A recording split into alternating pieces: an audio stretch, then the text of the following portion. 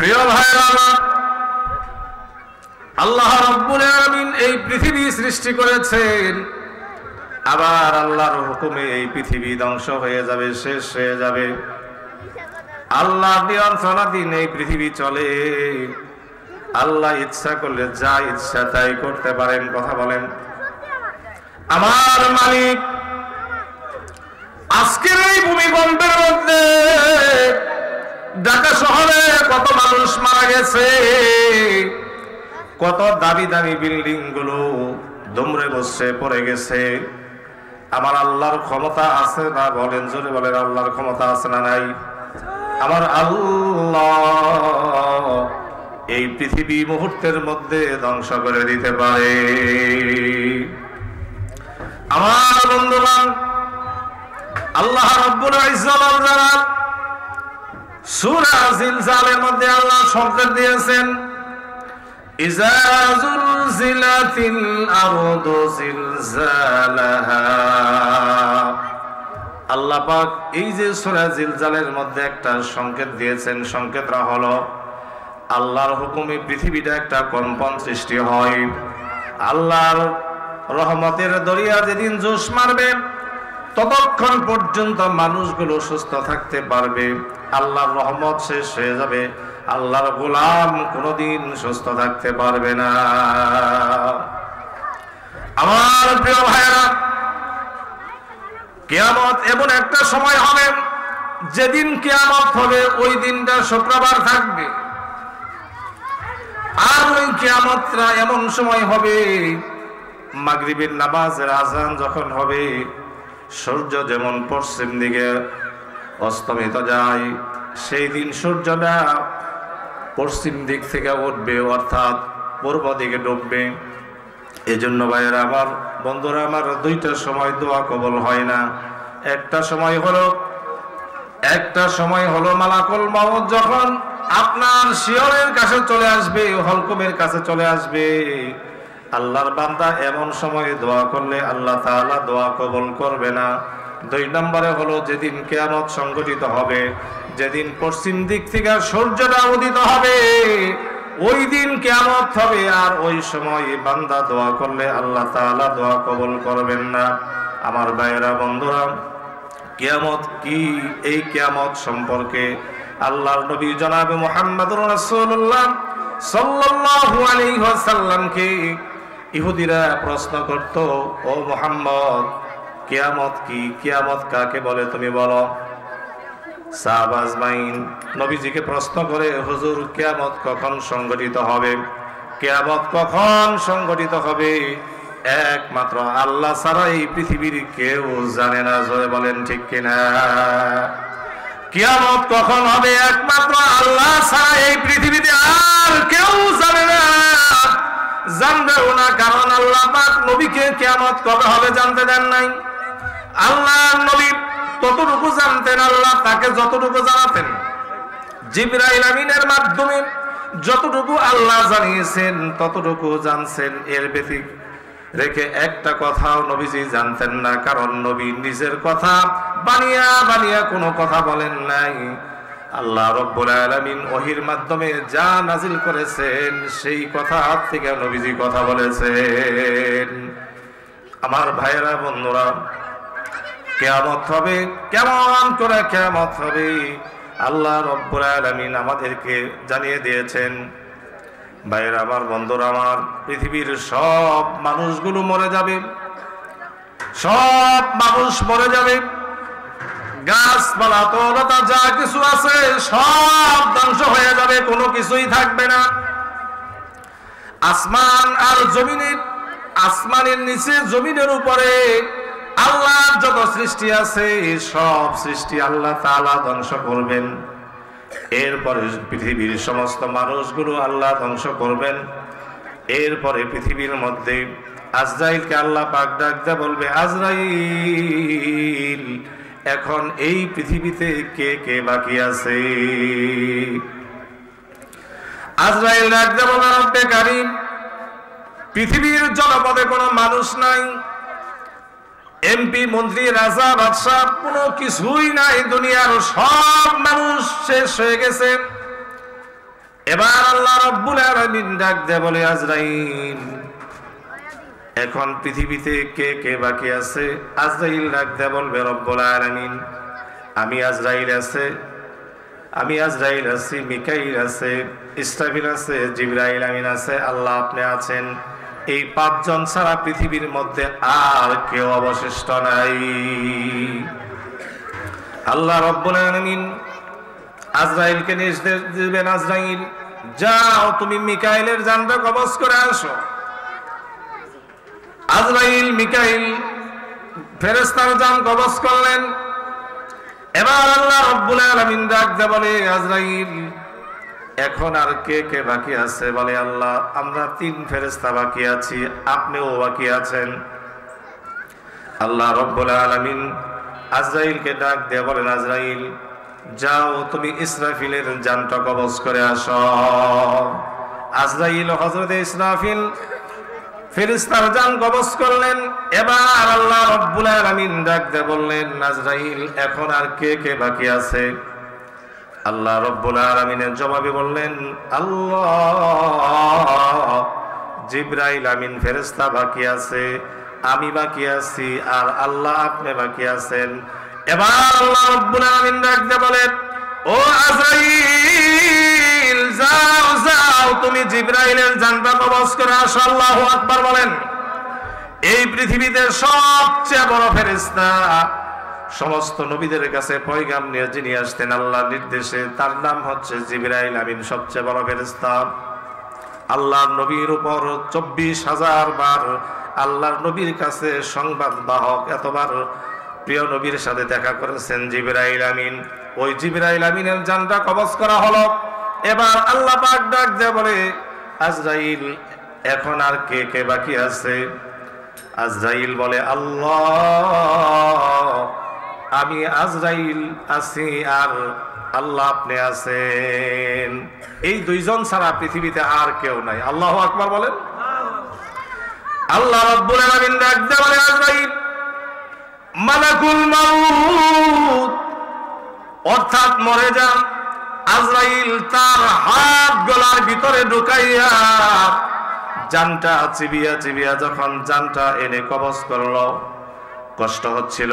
আজরাইল বর্ণনা করলেন রব্বুল আলামিন আমি যদি জানতাম পৃথিবীর সমস্ত মানুষের জান কবজ করার পর আমার জান আমার হাত দিয়ে নিচেই আমাকে কবজ করতে হবে, তাহলে আমি এই গুরু এত বড় দায়িত্ব আমি কখনো নিতাম না। মালাকুল মাউত মরে যা। আল্লাহ পাকের নির্দেশে আজরাইল মরে গেল, জিবরাইল ফেরেশতা মরে গেল, মিকাইল ফেরেশতা নাই, ইসরাফিল ফেরেশতা নাই, সব চলে গেল। এবার আল্লাহ রাব্বুল আলামিন একাই দুনিয়ার দিকে তাকিয়ে বলেন ইয়া দুনিয়া আইনা আনহারিকা। আল্লাহ পাক বিভিন্ন সময় ডাক দেয় বলেন হে দুনিয়ার অহংকার মনোবৃত্ত মানুষেরা তোমরা কোথায়? কোনো জবাব আসবে না। আবার আল্লাহ পাক ডাক দেয় বলে পাহাড়কে ডাক দেয় বলে পাহাড়, কোনো জবাব আসে না।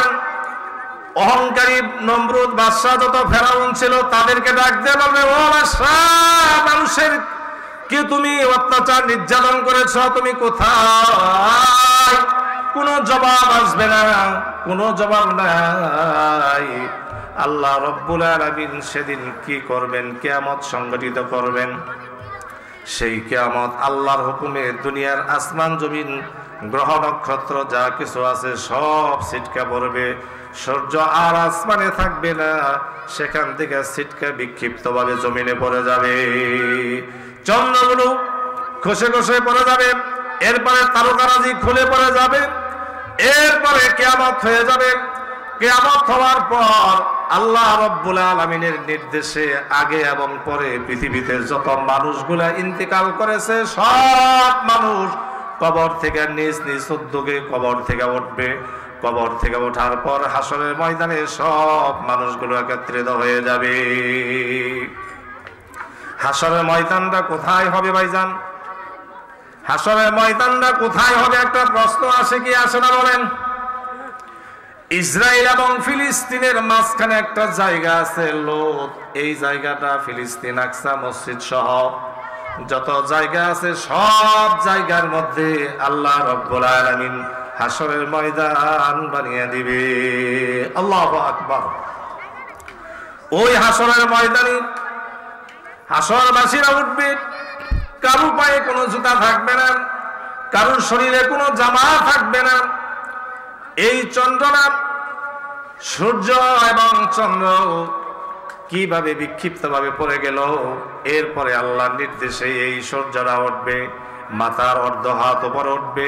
মাথার অর্ধ হাত উপর ওঠার পর সূর্যের 12টা মুখ আছে, প্রত্যেকটা মুখকে আল্লাহ উপরের দিকে দিয়ে নিচ দিকে সহনীয় তাপ বান্দার জন্য আল্লাহ নির্ণয় করেছেন, বান্দার জন্য বরাদ্দ করেছেন। কারণ উপরের অংশ যদি নিচের দিকে আসে তাহলে মানুষ দুনিয়ায় বসবাস করতে পারবে না।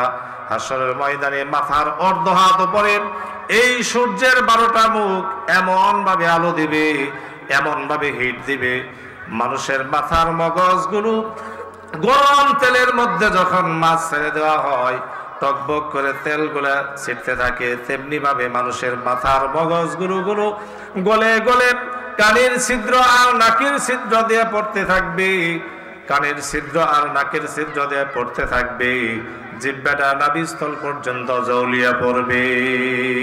প্রিয় ভাইয়েরা, আবার ওই হাসরের ময়দানে মানুষ পানি পানি বলে চিৎকার করবে। যারা জান্নাতি ব্যক্তি তাদেরকে হাউজে কাউসার থেকে 1 গ্লাস পানি পান করানো হবে। হাউজে কাউসারের পানিটা কেমন? মধুর চেয়ে মিষ্টি, দুধের চেয়ে সাদা, এমন একটা সুমিষ্ট পানি বান্দাকে খাবার দেওয়া হবে।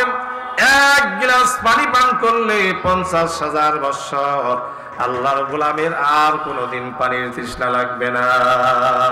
আল্লাহু আকবার বলেন। এটা শুধু জান্নাতি বান্দা বিষয়ে বললাম। জাহান্নামী বান্দা বিষয়ে যখন পানি চাইবে, ওই পানি কি ধরনের হবে? লাআকিলুনা মিন শাজারিন মিন যাক্কুম ফামালিউনা মিনহাল বুতুন। আল্লাহু আকবার বলেন। কাঁটাযুক্ত খাবার তাদেরকে খাবার দেওয়া হবে, গলার নিচেও যাবে না, উপরেও যাবে না। আর জাহান্নামী বান্দা যখন পানি চাইবে, ওই পানি কেমন পানি দিবে? গরম গার্মেন্টসের বজ্র কালো পানি, বিষাক্ত পানি, দুনিয়ার পুষ মিশ্রিত পানিগুলো তাদেরকে খাবার দেওয়া হবে। এই পানিটা যখন হলকমের নিচে যাবে, অর্থাৎ গলার নিচে যাবে, এমন সময় মানুষের কলিজাটা ছিঁড়ে পায়খানার রাস্তা দিয়ে মানুষের কলিজাটা সঙ্গে সঙ্গে বের হয়ে যাবে। শুধু তাই নয়, মানুষগুলো হাসরের ময়দানে দাঁড়িয়ে থাকবে এতিমের মতো।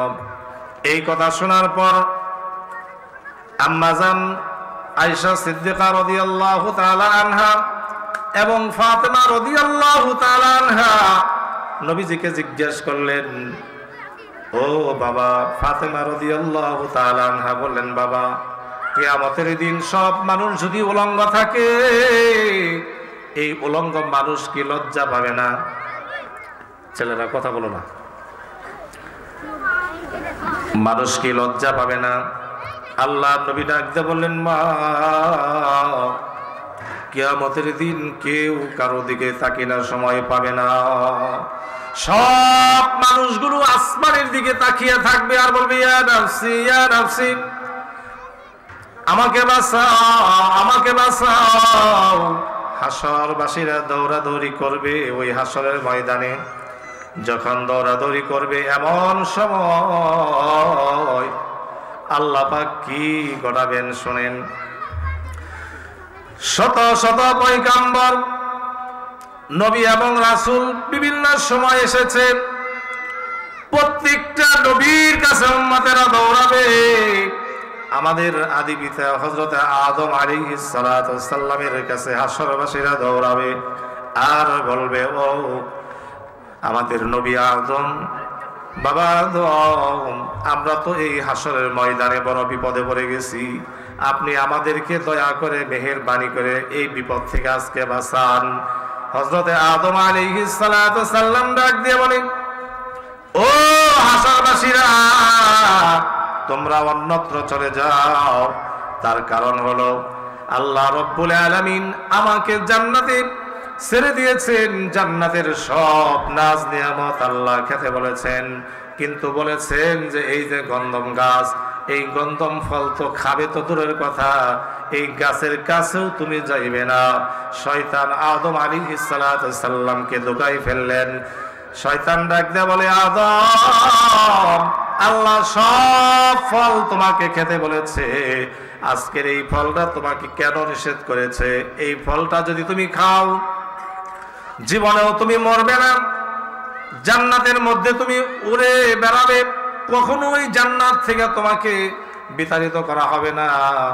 শয়তানের প্রয়োজনায় পড়ে হযরত আদম আলাইহিস সালাম গন্ধম ফল ভক্ষণ করার পর আল্লাহ রব্বুল আলামিনের কথা, নির্দেশিত কথা তিনি উপেক্ষা করার পর তখন তার শরীর থেকে জান্নাতের পোশাক সরে গেল। এরপরে আল্লাহ রব্বুল আলামিন ওই শ্রীলঙ্কার আদম পাহাড়ে ফেলে দিলেন। শ্রীলঙ্কার আদম পাহাড়ে ফেলে দিলেন। সেখান থেকে তিনি দোয়া করেছেন, রব্বানা যালামনা আনফুসানা ওয়া ইল্লাম তাগফির লানা ওয়া তারহামনা লানাকুনান্না মিনাল খাসিরিন। আল্লাহু আকবার বলেন। তিনি দোয়া করলেন, হে আল্লাহ, আমার নফসের প্রতি আমি জুলুম করেছি, তুমি যদি আমাকে না মাফ করো আমি ক্ষতিগ্রস্ত হয়ে যাব। আমার নফসের প্রতি আমি জুলুম করেছি, অন্যায় করেছি, আল্লাহ মেহেরবানি করে তুমি আমাকে ক্ষমা করো, মাফ করো। আল্লাহু আকবার। হযরত আদম আলাইহিস সালাম ডাক দিয়ে বলবে, ও হাসরবাসীরা, তোমরা চলে যাও, কারণ আমি আল্লাহর একটা হুকুম অমান্য করেছিলাম। আজকে এই হাসরের ময়দানে আমি আদম, আমার কি অবস্থা হয় আমি জানি না, তোমরা অন্যত্র চলে যাও। হাসরবাসীরা দৌড়িয়া হযরত নূহ আলাইহিস সালামের কাছে যাবেন। আল্লাহর নবী নূহকে বলবেন, ও নবী, আপনি আমাদের জন্য সুপারিশ করুন আল্লাহর কাছে। হযরত নূহ আলাইহিস সালাম বলবে, ও হাসরবাসীরা, আল্লাহ পাক বন্যার একটা আওয়াজ দিয়েছিলেন, আমি এই নৌকার কিস্তির মধ্যে আমি বলেছিলাম, লাইসা লি আহলিক, হে আমার আহলে আওয়াল, হে আমার সন্তান, তুমি এই নৌকার মধ্যে কিস্তির মধ্যে ওঠো।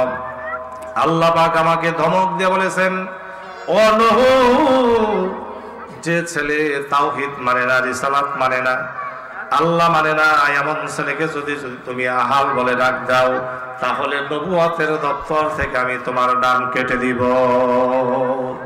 এই কথা বলার পর হযরত নূহ আলাইহিস সালাম বলবেন, আমি পারবো না, তোমরা চলে যাও, অন্যত্র চলে যাও। আল্লাহু আকবার বলেন। আমার প্রিয় ভাইরা, হযরত আদম আলাইহিস সালাম দেখিয়ে দিবে, যাও ইব্রাহিম আলাইহিস সালামের কাছে যাও, আমাদের আদি পিতা, জাতির পিতার নাম কি? ইব্রাহিম আলাইহিস সালাম।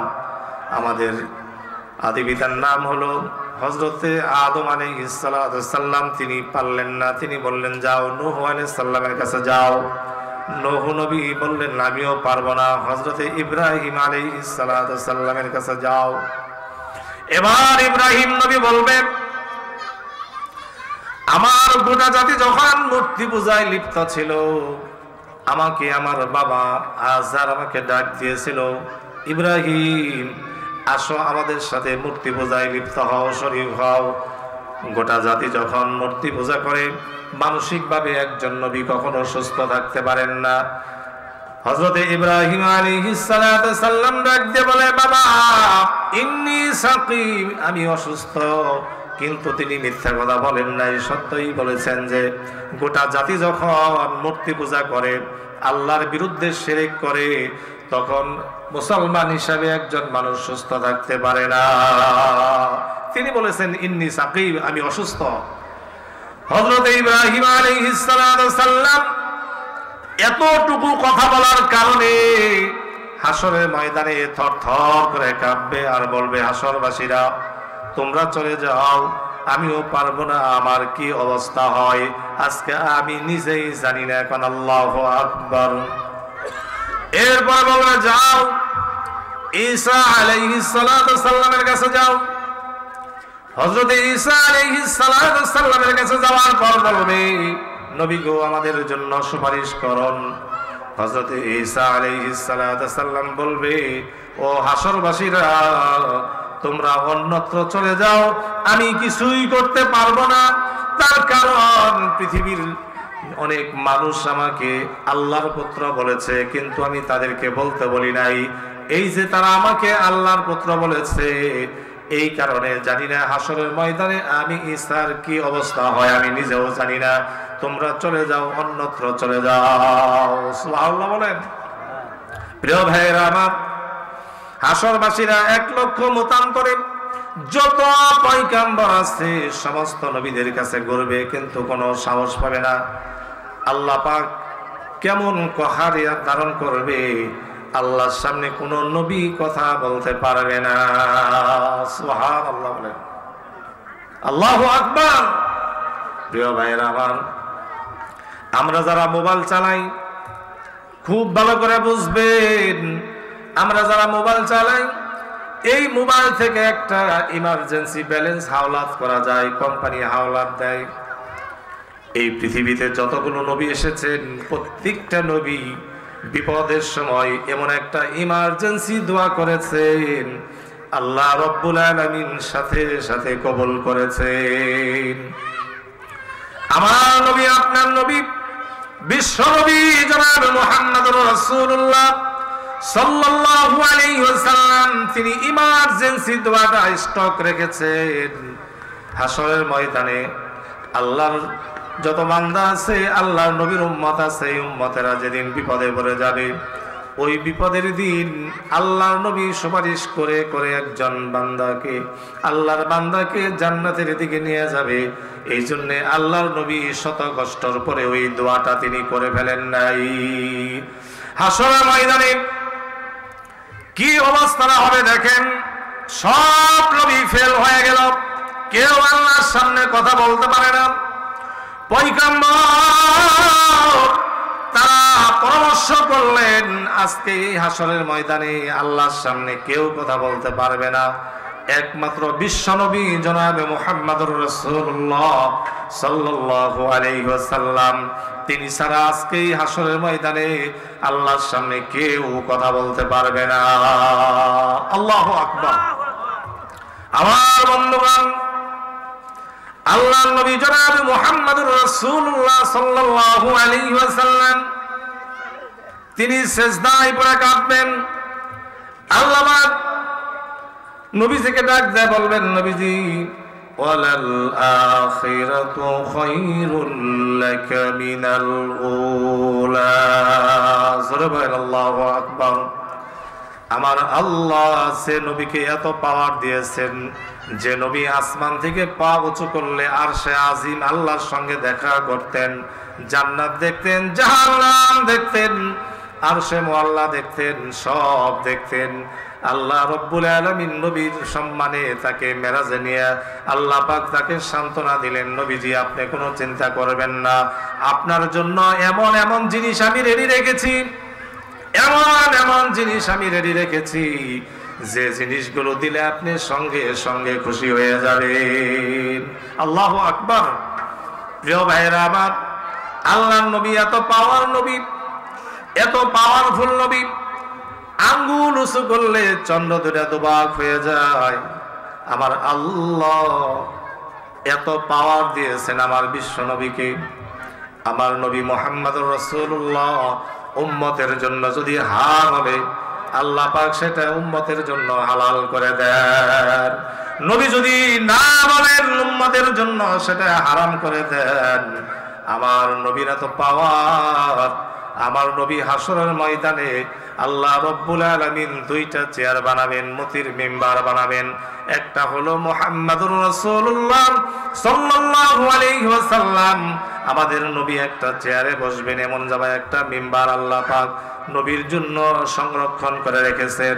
একজন উম্মত যদি জাহান্নামে যায়, আমার নবী সেই কুরসির মধ্যে বসে দেখতে পারবেন।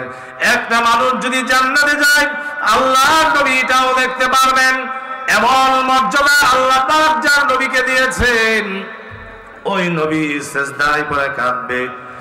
আর সমস্ত পয়গম্বরদের পরামর্শ অনুযায়ী আল্লাহর নবীর কাছে যাবে, অর্থাৎ বিশ্ব নবী মুহাম্মদুর রাসূলুল্লাহ সাল্লাল্লাহু আলাইহি ওয়াসাল্লাম।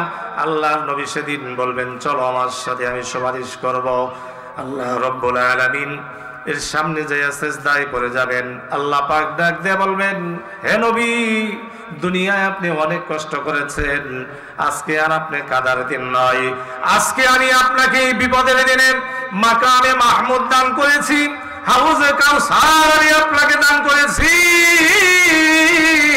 ও নবী, আপনাকে ছাড়া জান্নাতের তালা কেউ খুলতে পারবে না। ও নবীজি, আপনাকে আমি এত সম্মান দিয়েছি, আপনি ছাড়া আমার রাগ কেউ মিটাইতে পারবে না। এরপরে উম্মতের ওজন যখন ওজন করা হবে, সর্বপ্রথম হযরত আবু বকর সিদ্দিক রাদিয়াল্লাহু তাআলা আনহু, পৃথিবীর প্রথম মানুষ, প্রথম রাসূলের হাত ধরে ঈমান গ্রহণ করেছেন। পৃথিবীর মানুষ যতগুলো নেক করেছেন, সব মানুষের চেয়ে আবু বকর সিদ্দিক রাদিয়াল্লাহু তাআলা আনহুর নেকের পাল্লা অনেক ভারী হয়ে যাবে। সর্বপ্রথম আবু বকরের নেকের পাল্লা যখন ওজন করবে, আল্লাহ রাব্বুল আলামিন এই নেকগুলো দেখে সন্তুষ্ট হয়ে যাবেন। সুবহানাল্লাহ, সুবহানাল্লাহ। এবার আল্লাহ রাব্বুল আলামিন তার হাবিবকে ঘোষণা করবেন, ও হাবিব, আপনার যত উম্মত আছে, আপনার উম্মতগুলো আপনি জান্নাতে নিয়ে যান, আপনার উম্মতগুলো আপনি জান্নাতে নিয়ে যান। আয়েশা সিদ্দিকা রাদিয়াল্লাহু তাআলা আনহা আম্মা জান, তিনি বললেন, ইয়া রাসূলুল্লাহ, অসংখ্য উম্মতের মধ্যে আপনার উম্মতদেরকে আপনি কিভাবে বেছে নেবেন? আম্মা জান হযরত আয়েশা সিদ্দিকা রাদিয়াল্লাহু তাআলা আনহা বললেন, হুজুর, কিভাবে নেবেন? নবীজি বললেন, বিগাইরি মুহাজ্জালিন, মাঠ ভর্তি যদি গোরা থাকে, সব গোরার কপাল যদি কালো থাকে আর একটা গোরার কপাল যদি সাদাওয়ালা থাকে, তাহলে তার মালিক কি এই অসংখ্য গোরার মধ্যে থেকে খুঁজে খুঁজে একটা গোরা কি তিনি আলাদা করতে পারবেন কিনা বলেন? আম্মা জান বললেন, ইয়া রাসূলুল্লাহ, এটা তো সহজে নির্ণয় করা যাবে। আল্লাহ নবী ডাক দিয়ে বলেন, আয়েশা, আমার যত উম্মত আসবে, আমার যত উম্মত আসবে, সব উম্মত গুলো যারা 5 ওয়াক্ত নামাজ পড়বে, যারা 5 বার ওযু করবে, তাদের ওযুর অঙ্গগুলো নূরের ঝলমল করতে থাকবে। এগুলো দেখে দেখে আমি মুহাম্মদুর রাসূলুল্লাহ একটা একটা করে বেছে বেছে আমি জান্নাতে দিয়ে দিব। আমার বন্ধুগণ, কিয়ামতের ময়দানে আল্লাহ রাব্বুল আলামিন কি করবেন দেখেন। আমলনামা যার ডান হাতে আসবে তিনি বড় সফল কাম, বাম হাতে যার আমলনামা আসবে তিনি বড় বিপদগ্রামী। এই ব্যক্তি জাহান্নামে যাবে, ডান হাতের আমলাগুলো জান্নাতে যাবে, আর বাম হাতে যার আমলনামা আছে সে তো জাহান্নামে যাবে। প্রিয় ভাইরা আমার, আমরা কি জান্নাতে যেতে চাই না জাহান্নামে যেতে চাই? সবাই আমরা জান্নাতে যেতে চাই, কি বলেন? এই জান্নাত এত সুবিশাল, কেমন জান্নাত!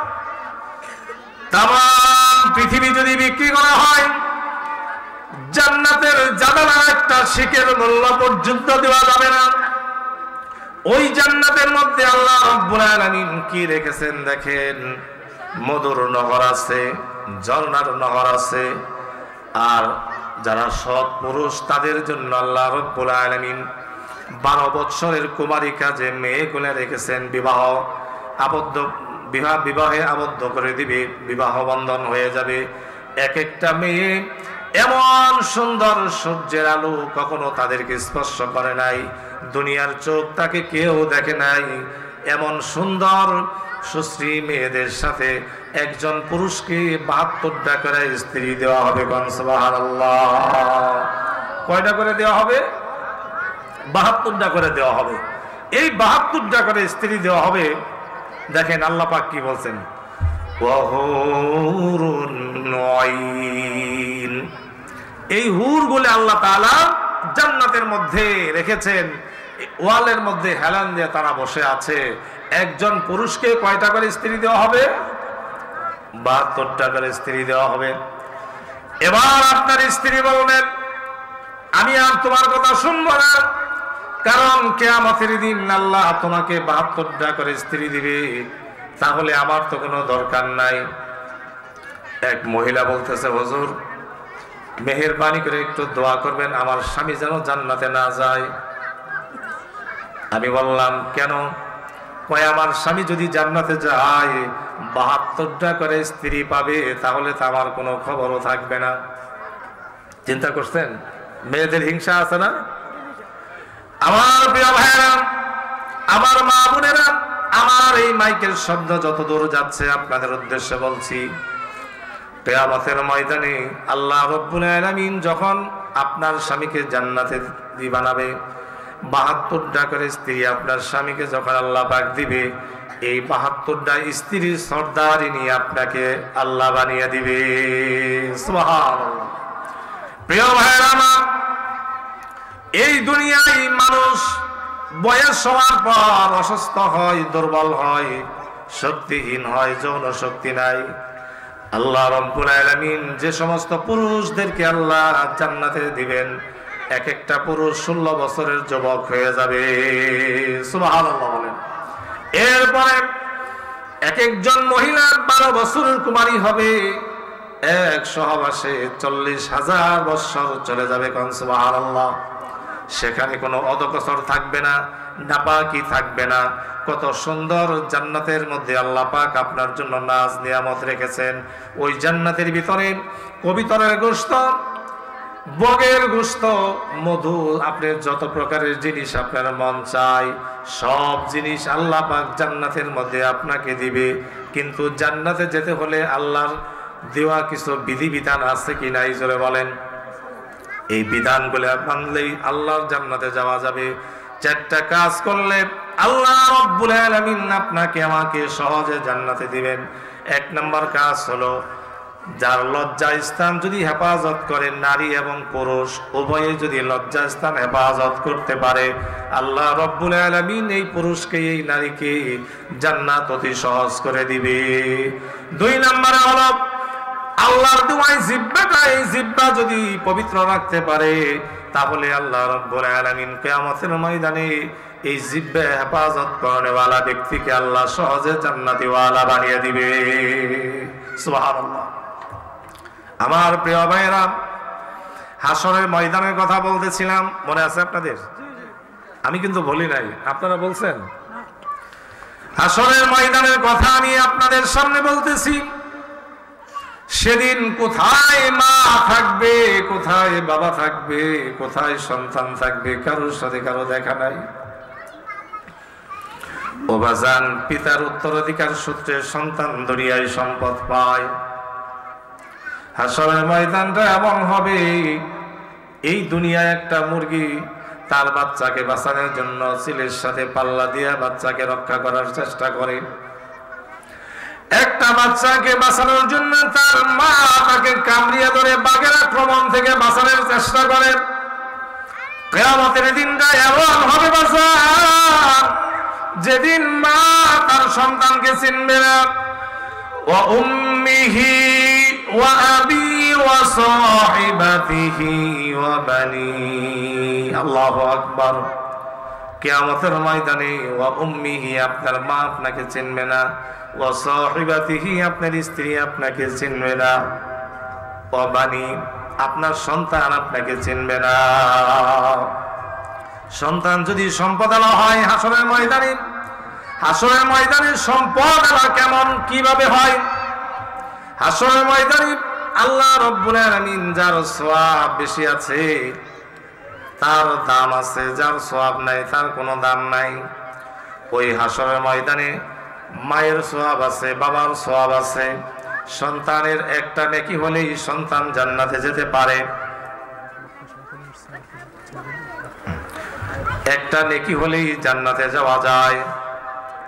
একটা নেকির জন্য অনেক চেষ্টা করবে, বাবা বলবে দূর হয়ে যাও, আমি তোমাকে চিনি না। মা বলবে আমি তোমাকে চিনি না। ভাই বলবে আমি তোমাকে চিনি না। তো এই জান্নাতের যাওয়ার জন্য দুনিয়ায় কিছু প্ল্যান আছে। সেই প্ল্যানগুলো হলো কি? আল্লাহ যা হ্যাঁ বলেছেন আমাদের মানতে হবে। পারবেন ইনশাআল্লাহ? আল্লাহ যা না করেছেন আমাদের বর্জন করতে হবে। পারা যাবে? আল্লাহর কাছে আমরা কি চাই বলেন তো দেখি? আল্লাহর সন্তুষ্টি চাই, আমরা জান্নাত চাই। আরো বক্তা এসে গেছে, তারাও কথা বলবে। আপনারা এই মাহফিল শেষ পর্যন্ত শুনবেন, আল্লাহ কবুল করেন। আমরা বলি আমিন। আল্লাহর কাছে কি চাই বলেন তো? আল্লাহর সন্তুষ্টি চাই, জান্নাত চান না? মালিক তুমি জান্নাতে, তোমার পাশে আমার একটি ঘর বানায়া দিও, একটি ঘর বানায়া দিও। আল্লাহ আমাদের সকলের মনে আশা পূর্ণ করুন। আমরা বলি আমিন। সময়ের স্বল্পতার কারণে অনেক কিছুই বলার ছিল, বলা হলো না। আল্লাহ পাক আমাদের সকলকে তৌফিক দান করেন যে আলোচনা আমরা করলাম এবং শুনলাম উভয়কে ইখলাসের নিয়তে আমল করার তৌফিক দান করুক। ওয়া মা তৌফিকি ইল্লা বিল্লাহ। আসসালামু আলাইকুম ওয়া রাহমাতুল্লাহি ওয়া বারাকাতুহু।